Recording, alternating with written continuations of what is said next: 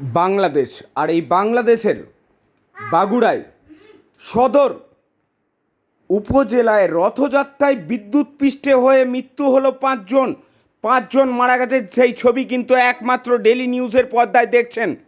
দেখুন সেই ছবি। এই ঘটনায় আহত হয়েছেন কমপক্ষে 25 জন। এর মধ্যে কয়েকজন আশঙ্কাজনক অবস্থায় কিন্তু রয়েছে।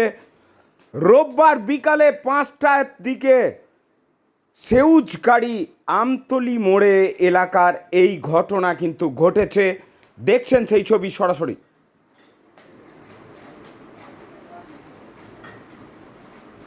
দেখছেন রবিবারের সেই ছবি, বিকাল 5:30টার সেই ছবি।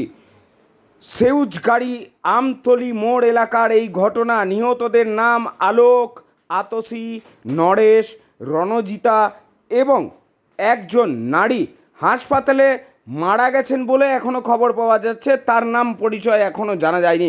এই ঘটনায় গুরুতর আহতরা বাগুড়া শহীদ জিয়াউর রহমান মেডিকেল কলেজ হাসপাতালে চিকিৎসাধীন রয়েছেন।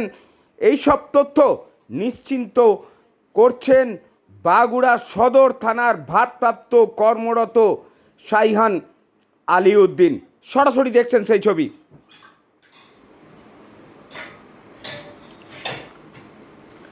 তবে প্রত্যক্ষদর্শীরা জানাচ্ছেন, স্থানীয় সূত্রে জানা গেছে সেউজগাড়ি ইনকন মন্দির, সেই ইনকন মন্দিরে থাকা রথযাত্রার রবিবার